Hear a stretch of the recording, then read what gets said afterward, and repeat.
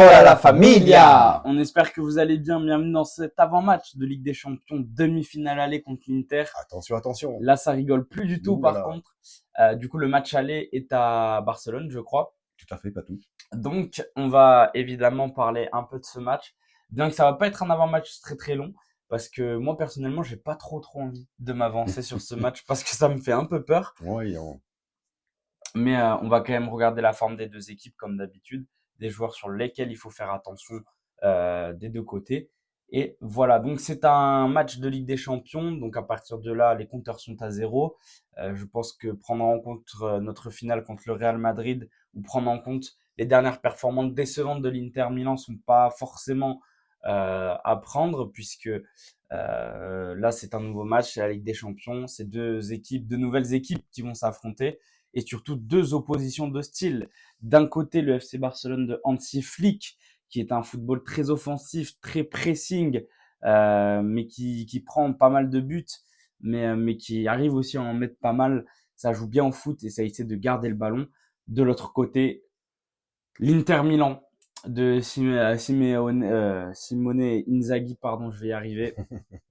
Euh, D'une équipe de l'Inter qui défend très bien, un peu à l'instar de l'Atlético de Madrid, qui attaque aussi très bien. Ils ont un très bon équilibre au milieu de terrain. Ils ont un bon équilibre dans toute leur équipe.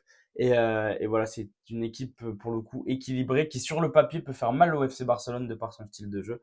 Après le style de jeu et ce qui se passe sur le terrain c'est est autre bien chose. différent. Le Barça arrive dans ce match quand même avec la confiance d'avoir battu le Real Madrid en finale, mais qui a fait 115 minutes quand Ouais, ce que même. j'allais dire, c'est peut-être le petit bémol de notre FC Barcelone. C'est le match contre le Real Madrid où ils ont quand même laissé énormément d'énergie avec des remplacements d'Hansi encore une fois pour moi un peu tardifs. Donc voilà, donc il y aura peut-être une grosse fatigue du côté de nos Barcelonais. Le petit avantage, c'est qu'ils jouent à Barcelone, donc pas de déplacement en avion ou quoi que ce soit. Donc là, il faut qu'ils se reposent et qu'ils attaquent ce match vraiment avec sérénité. Exactement. Donc voilà, du côté de l'Inter, par contre, le mental est tout autre puisqu'ils sortent d'une défaite contre Bologne à la toute dernière minute de jeu et une défaite 3-0 par l'AC Milan en Coupe d'Italie. Donc attention, ils ont mangé à la défaite ces derniers temps. Donc ils auront faim. Ils auront faim et surtout à ne vraiment pas négliger parce que 3-0 en Coupe d'Italie n'est jamais équivalent à une demi-finale de Ligue des Champions. Non, tout à Pour fait. le Barça, il faudra marquer un maximum de buts, même si je peux vous d'ores et déjà vous donner mon pronostic de ce match. Moi, je vois soit un match nul, un partout, D'accord. soit une victoire du Barça 1-0 ou 2-1. Mais à mon avis, ça sera pas une grosse victoire du Barça. Voilà, tu vois un match très serré. Voilà, exactement. Donc, il faudra essayer quand même d'en marquer un maximum et de me faire mentir au match aller, puisqu'au match retour chez eux, c'est toujours plus compliqué, un match retour.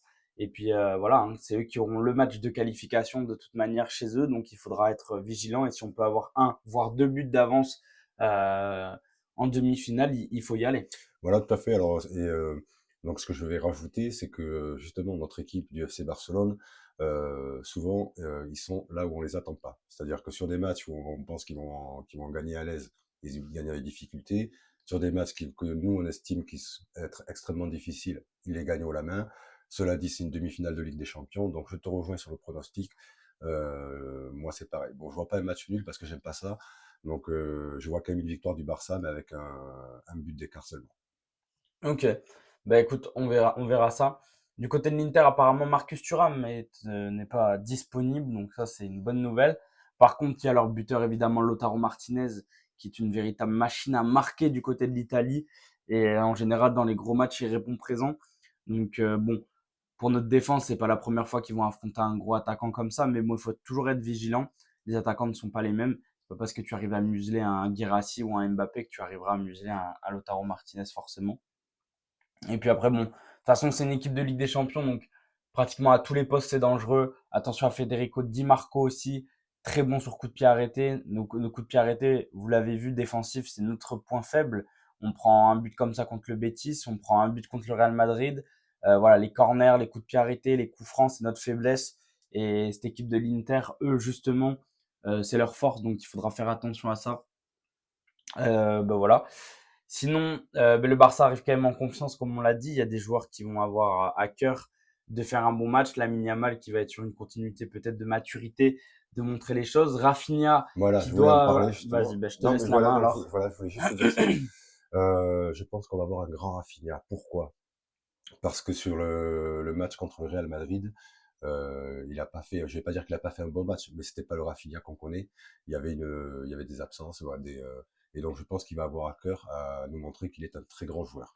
Donc ça, c'est un avantage pour nous. Évidemment. Et puis en Et plus, dans tous les cas, il reste quand même sur son ballon d'or en tête, je pense. Hein, pour un joueur, tu es obligé quand même de penser à ça. bien sûr. Et donc évidemment, il va avoir à cœur de marquer, de faire mal, de faire des passes D, de faire du Rafinha tout simplement.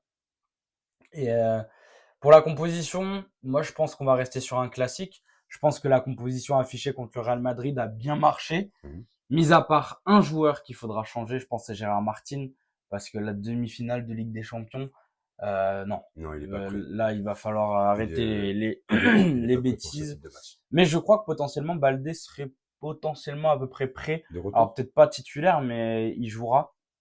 Donc je pense que le mieux est de commencer avec un Hector Ford sur le côté gauche. Ou alors, c'est la nouvelle petite trouvaille de Hansi Flick, basculer Inigo Martinez à gauche, Mhm. mettre Inigo Martinez et Cubarsí et Araujo en défense centrale, Koundé à droite.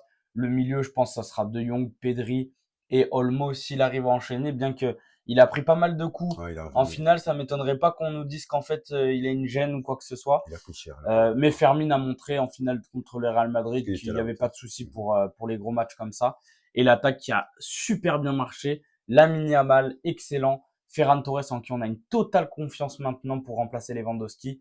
Même si sur des matchs comme ça, on a toujours une petite peur. Mais bon, contre le Real Madrid, c'est un but. C'est un joueur qui est relou. Donc voilà, il est là. Et Rafinha qui aura à cœur de faire beaucoup mieux. On espère évidemment une masterclass de Pedri, comme d'habitude. Et du coup, bah, la question par contre que je vais te poser, parce qu'elle va être à poser, Monsieur Chesney ou Monsieur Ter Stegen? Ter Stegen est revenu. Mais écoute, moi je reste sur ma logique. Donc on en a parlé pour le Real Madrid. Pour moi, c'est Chesney.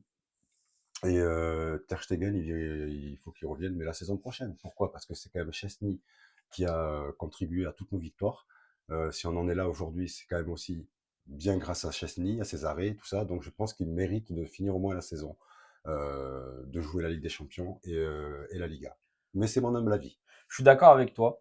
J'espère vraiment pas que Flick va faire cette erreur de ce qu'on appelle toujours le nom, Oui, de mettre un nom plutôt qu'une performance. On l'a beaucoup vu hein, cette saison avec Lewandowski qui n'était vraiment pas au niveau et pourtant il l'alignait, il l'alignait, il l'alignait. Et ben là, j'espère vraiment pas qu'on va partir dans ça. Parce que Ter Stegen, on ne sait pas son niveau actuel. Il revient d'une grosse blessure. Qui dit revient d'une grosse blessure dit potentielle peur de rechuter. Donc peur de rechuter, ça veut peut-être dire va pas se donner à fond sur tous les ballons qu'il peut se donner à fond. Parce exactement. qu'en plus, c'est une blessure au dos, je crois qu'il a. Donc il suffit qu'il se dise ah, si je fais un mauvais plongeon que je retombe sur le dos. Ouais, mais là, c'est la Ligue des Champions. Malheureusement, on peut pas avoir un gardien qui réfléchit comme ça. Non, mais Donc puis, Chesney, ça a fait le travail. ouais, ouais, il a C'est été là. encore des arrêts incroyables contre le Il Real a répondu Madrid. présent, il a contribué, comme je te dis, et je reste là-dessus. Donc, Et c'est surtout que par quand vous regardez les buts qui se prend contre le Real Madrid, il y peut rien. non, non, il est pas Le rien. Et premier, puis, c'est un coup franc d'Mbappé magnifiquement bien tiré. il Le a, deuxième, c'est une tête de Chouameni, il peut rien faire, c'est sa défense qui fait n'importe quoi. Donc il ne peut rien y faire, sinon je pense à un double arrêt sur Vinicius qui fait. ouais, ouais, à chaque, oui, bon, après, il a eu fait des erreurs, c'est normal, hein, Oui, oui, comme tous les gardiens. mais moi Mais j'ai totale confiance. voilà, par respect pour lui et par équité, moi, je pense que Hansi Flick doit le laisser, au moins jouer la Ligue des Champions et la Liga. Exactement. En tout cas, voilà pour cet avant-match. Il n'était pas très fourni comme d'habitude, mais voilà, Si, ça va. j'avais pas envie de m'avancer trop sur ce match. Il y aura beaucoup plus de choses à dire au débrief. Et aussi, étant donné, et ça je vais dire la vérité, l'Inter de Milan, c'est pas une équipe que moi personnellement j'ai suivi cette année. Donc je vais pas m'avancer sur un avis que je n'ai pas. Mais par contre, après le match aller, on aura une analyse, déjà une première analyse de cette équipe. Tout à Donc fait. pour l'avant-match retour, on aura un peu plus d'armes pour voir là où il faut faire attention, là où il faut rectifier, parce que c'est sûr qu'on va assister à un gros match chez les demi de Ligue des Champions. Donc voilà. En tout cas, on attend votre avis dans les commentaires, votre physionomie du match, et dites-nous tout ça, ce que vous voyez sur ce match. Et en attendant, Visca Visca Barça! Barça!